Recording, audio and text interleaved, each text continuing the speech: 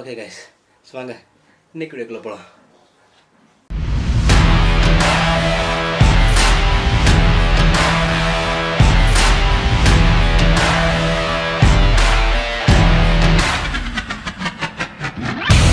வணக்கம் friends. So first பண்ண ஒரு சின்ன எஃபெக்ட் உங்கள் எல்லாத்துக்கும் பிடிச்சிருக்குன்னு நினைக்கிறேன்.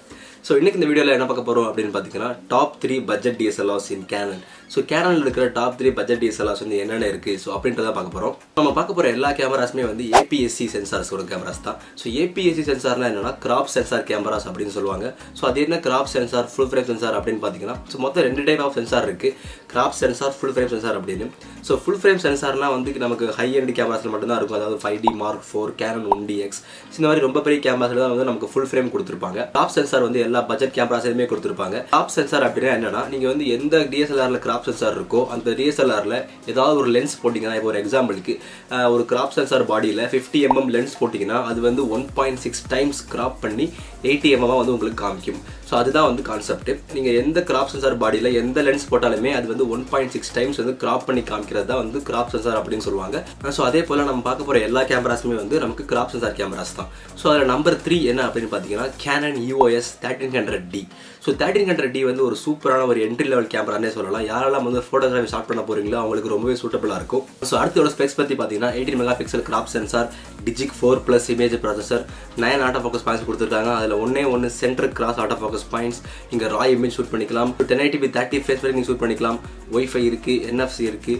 இதோட ப்ரைஸ் பற்றி பார்த்தீங்கன்னா 31,000 rupees. ஸோ மொத்தத்தில் ரொம்ப நல்ல ஸ்பெக்ஸ் கொடுத்துருக்காங்க. ஆனால் இதுலேயும் வந்து ஒரு சில டிஸ்அட்வான்டேஜஸ் இருக்குது. ஸோ அது என்ன அப்படின்னு பார்த்தீங்கன்னா நோ ஆடியோ ஜாக். ஸோ உங்களால் வந்து எக்ஸ்டர்னல் மைக் வந்து ஆட் பண்ண முடியாது. ஸோ அது மட்டும் இல்லாமல் நோ ஃபிளிப் ஸ்க்ரீன். உங்களால் வந்து அந்த ஸ்க்ரீனை வந்து ரொட்டேட் பண்ண முடியாது. இப்போ நான் வந்து என்னை பார்த்து பேசுகிற மாதிரி உங்களால் வந்து உங்களை பார்த்துக்க முடியாது. ஸோ அது வந்து கொஞ்சம் ரொம்ப பெரிய டிஸ்அட்வான்டேஜ் தான். நம்பர் 2 என்ன அப்படின்னு பார்த்தீங்கன்னா வந்து Canon EOS 1500D. ஸோ கிட்டத்தட்ட சேம் ஸ்பெக்ஸ் தான். 1300D என்னென்ன ஸ்பெக்ஸ் இருக்கோ அதே ஸ்பெக்ஸ் தான் நமக்கு 1500D கொடுத்துருக்காங்க. ஸோ நான் வந்து கம்பேரிசன் போகிறேன், நீங்களே பாருங்கள். ஸோ 1300D வந்து லெஃப்ட் சைட், 1500D வந்து ரைட் சைட். உங்களுக்கு ஒரே ஒரு சேஞ்ச் மட்டும்தான். 1300D வந்து உங்களுக்கு 18 MP சென்சார், 1500D வந்து உங்களுக்கு 24 MP சென்சார். ஸோ மற்றபடி கிட்டத்தட்ட எல்லாமே சேம் ஸ்பெக்ஸ், சேம் டிசைன், எல்லாமே சேம் தான். ஸோ அதே போல் இதுலேயும் வந்து நோ ஆடியோ ஜாக். இதுலேயும் உங்களால் எக்ஸ்டர்னல் மைக் வந்து ஆட் பண்ணிக்க முடியாது.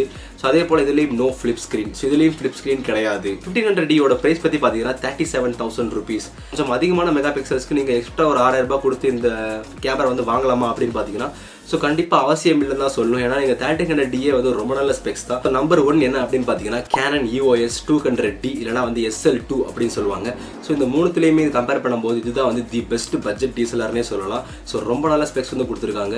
ஸோ ஸ்பெக்ஸ் பற்றி பார்த்தீங்கன்னா வந்து 24 MP graph sensor, DIGIC 7 processor. So ரொம்ப புது ப்ராசஸர், சூப்பரான ப்ராசஸர். ஸோ அது மட்டும் இல்லாமல் 9 auto focus points plus dual pixel auto focus கொடுத்துருக்காங்க. டியூவல் பிக்சல் ஆட்டோ ஃபோக்கஸ் வந்து ரொம்ப நல்ல ஃபியூச்சர்ஸ். ஸோ ரொம்ப பெரிய கேமராஸ் கூட நமக்கு அது கிடையாது. ஸோ டியூவல் பிக்சல் ஆட்டோ ஃபோக்கஸ்னால் என்னன்னா, ஸோ நீங்கள் அந்த DSLRல அந்த ஸ்க்ரீனில் நீங்கள் எங்கே டச் பண்ணுறீங்களோ உங்களுக்கு அந்த இடம் வந்து ஃபோக்கஸ் ஆயிரும். ஸோ ஆட்டோ ஃபோக்கஸ் வந்து ரொம்ப சூப்பராக இருக்கும் டியூவல் பிக்சல் ஆட்டோ ஃபோக்கஸ் இருக்கிற கேமராஸில். ஸோ ரொம்ப நல்ல ஃபியூச்சர். ஸோ அதே போல் இதுலேயும் வந்து ரா இமேஜ் ஷூட் பண்ணிக்கலாம், 1080p 60 frames வரைக்கும் நீங்கள் ஷூட் பண்ணிக்கலாம். 1080p 60 framesனா ஸ்லோ மோஷன் வந்து ரொம்ப சூப்பராக நீங்கள் எடுக்க முடியும். அதே போல் இதில் ஃபிளிப் ஸ்க்ரீன் இருக்குது, ஆடியோ ஜாக் இருக்குது, ஒய்ஃபை இருக்குது, NFC இருக்குது.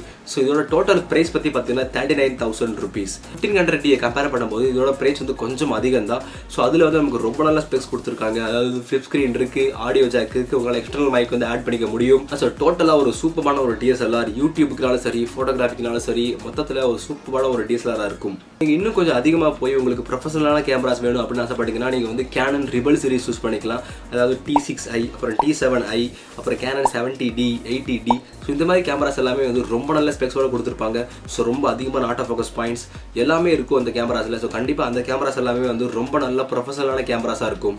ஸோ நான் அந்த வீடியோவில் சொன்ன எல்லா DSLRோட லிங்க்ஸ் எல்லாத்தையுமே நான் டிஸ்கிரிப்ஷனில் கொடுக்குறேன், நீங்கள் போய் செக் பண்ணி பார்த்துக்கோங்க. ஸோ ஓகே ஃப்ரெண்ட்ஸ், இன்னைக்கு இந்த வீடியோவில் அவ்வளோதான். இந்த வீடியோ பிடிச்சிருந்தா லைக் பண்ணுங்கள், ஷேர் பண்ணுங்கள், சப்ஸ்கிரைப் பண்ணுங்கள்.